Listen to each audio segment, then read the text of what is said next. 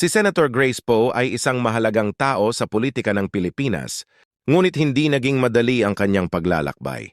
Noong 2016, tumakbo siya para sa pagkapresidente na may mataas na pag-asa. Sa kabila ng magandang simula, nagtatapos ang kanyang kampanya sa pagkatalo. Napansin ng mga kritiko ang kakulangan ng konkretong mga panukala bilang posibleng dahilan. Sa Senado, humarap si Poe sa maraming mahahalagang issue, ngunit naharap siya sa mga hamon sa pagpasa ng mga pangunahing batas, lalo na sa transportasyon at infrastruktura na nagdulot ng pagkabigo sa ilang mamamayan. Ang kanyang pampublikong imahe ay naging paksa ng pagsusuri. Ang kanyang mga tugon sa mga kritisismo tungkol sa kanyang pagkamamamayan at kwalifikasyon ay nagdulot ng mga katanungan ukol sa transparency at pananagutan. Ang pakikipagtulungan sa Senado ay hindi palaging maayos.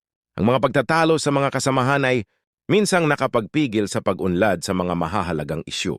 Sa kabila ng kanyang pagtutok sa iba't ibang sosyal na dahilan, may ilan na nag-argue na ang kanyang mga inisyatibo ay hindi nagdulot ng makabuluhang pagbabago. Ang paglalakbay ni Senator Grace Poe ay patunay ng mga komplikasyon sa politika na nagpapakita ng mga hamon at tibay ng isang dedikadong lingkod bayan.